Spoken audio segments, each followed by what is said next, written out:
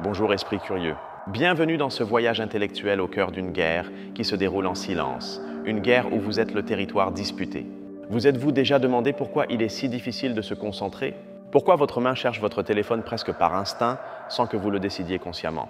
La réponse est plus profonde que vous ne l'imaginez. Ce n'est pas de votre faute. Ce n'est pas un manque de discipline.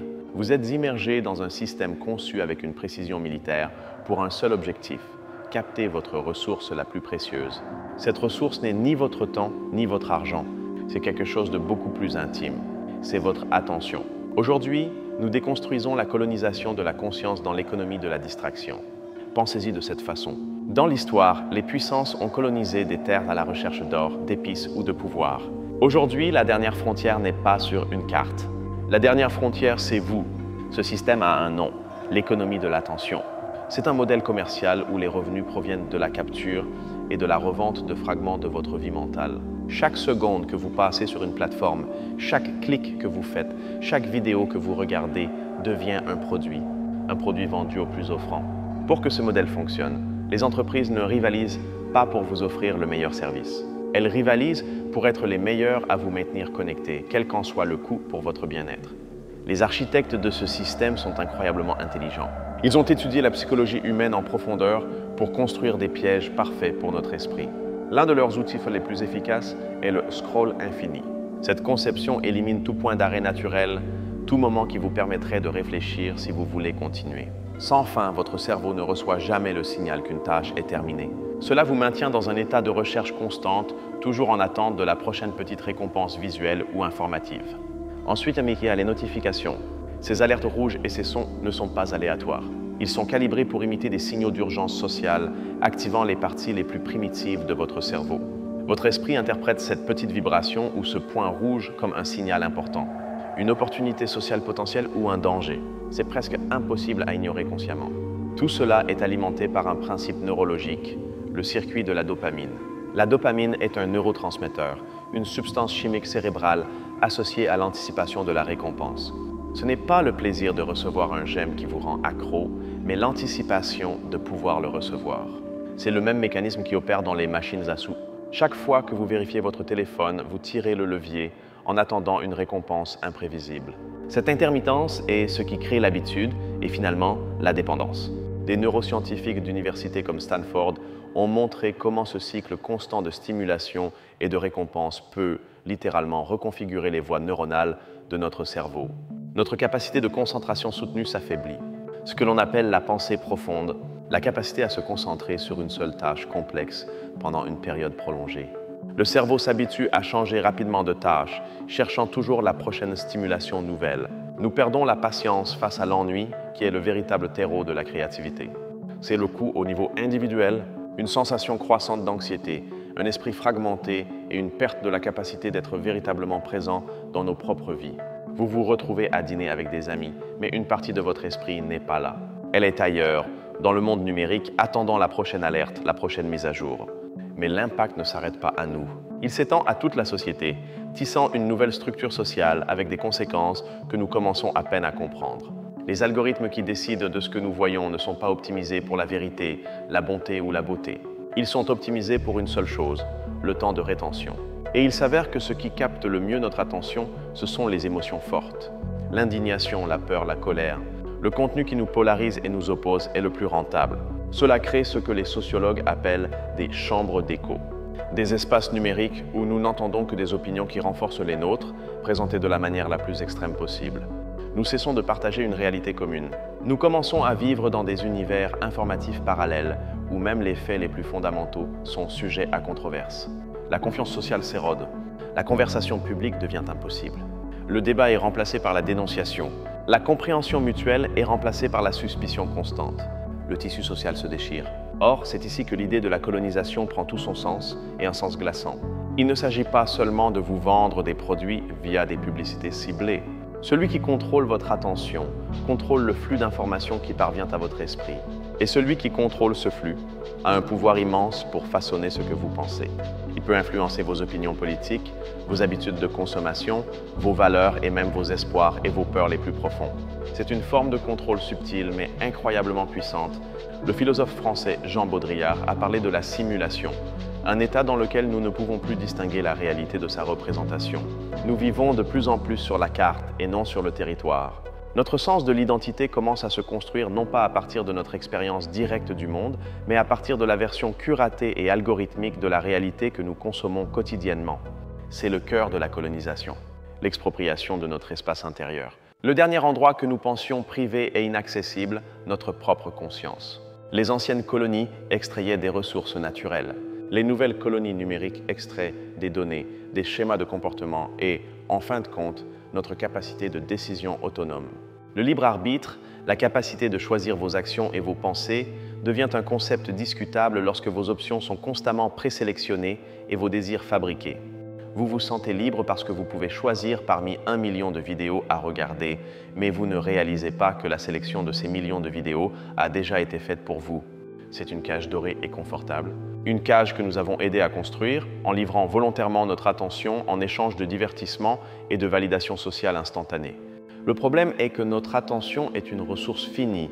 Les psychologues cognitifs le démontrent, nous ne pouvons traiter qu'une quantité limitée d'informations à un moment donné. Lorsque nous saturons ce canal avec un flux incessant d'informations triviales, nous déplaçons les informations importantes. Nous perdons la capacité de hiérarchiser, de savoir ce qui compte vraiment. Cet état de surcharge cognitive nous laisse mentalement épuisés, plus irritables et, paradoxalement, moins informés sur le monde malgré l'accès à toutes les informations. C'est l'équivalent de tenter de boire l'eau d'une lance à incendie. L'abondance d'informations se transforme en une forme de sécheresse intellectuelle. Vous avez beaucoup, mais vous ne pouvez rien traiter. Des anthropologues culturels signalent que nous perdons les rituels de déconnexion. Des moments de silence, de contemplation, de simplement être sans avoir besoin de faire ou de consommer. Ces moments étaient cruciaux pour la consolidation de la mémoire, l'autoréflexion et le développement d'une identité stable. Sans eux, nous vivons dans un présent perpétuel, sans encre. La solitude, qui pouvait autrefois être un espace de pensée créative, est maintenant un vide qui doit être immédiatement rempli par la distraction. Nous avons pris peur du silence de notre propre esprit. Alors, la question cruciale est, sommes-nous condamnés?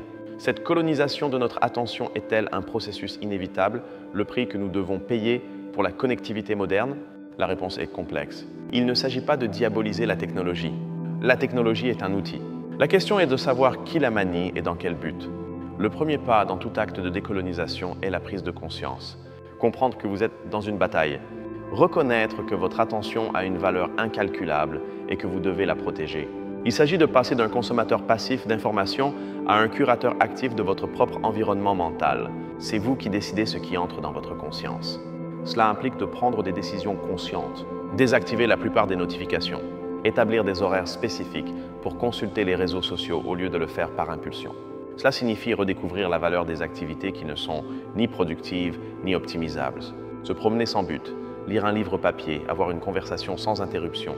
Certains experts en éthique technologique appellent à cela le minimalisme numérique. Il ne s'agit pas d'un rejet total, mais d'une utilisation intentionnelle et ciblée des outils numériques. C'est revendiquer votre droit à l'ennui, votre droit à ne pas avoir une opinion sur tout, votre droit à la profondeur dans un monde qui glorifie la superficialité. Pensez-y comme à un régime informatif.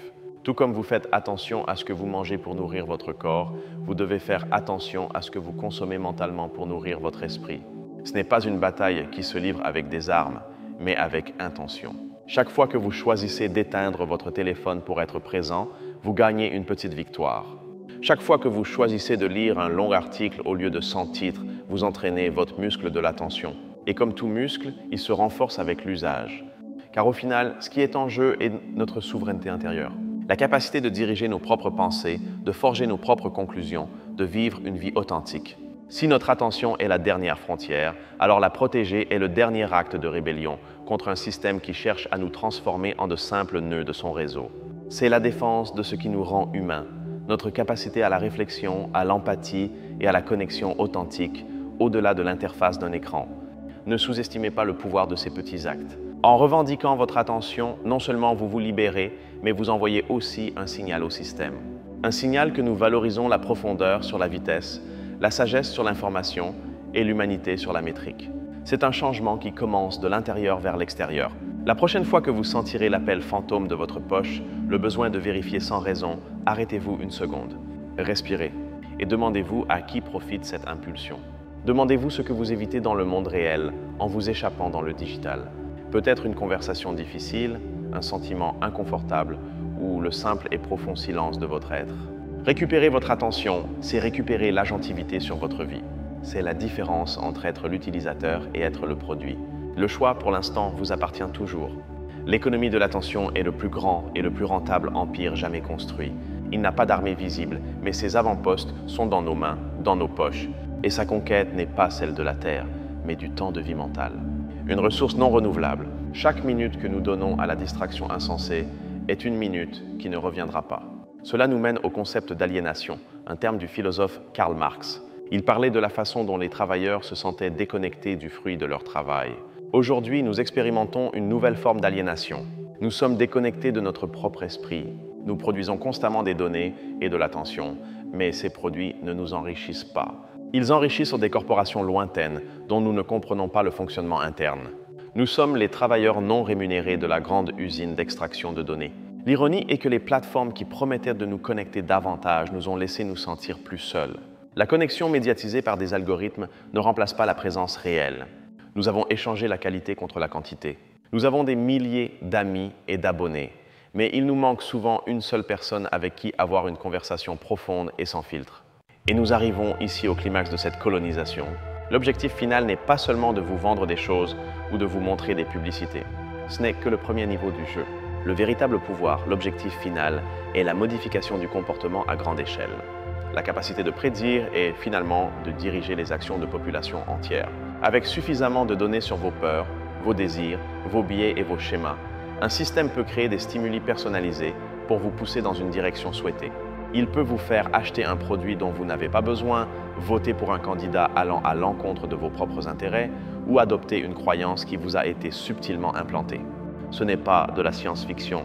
Des documents de recherche des entreprises elles-mêmes ont exploré leur capacité à influencer les émotions et le comportement électoral par la manipulation des fils d'actualité.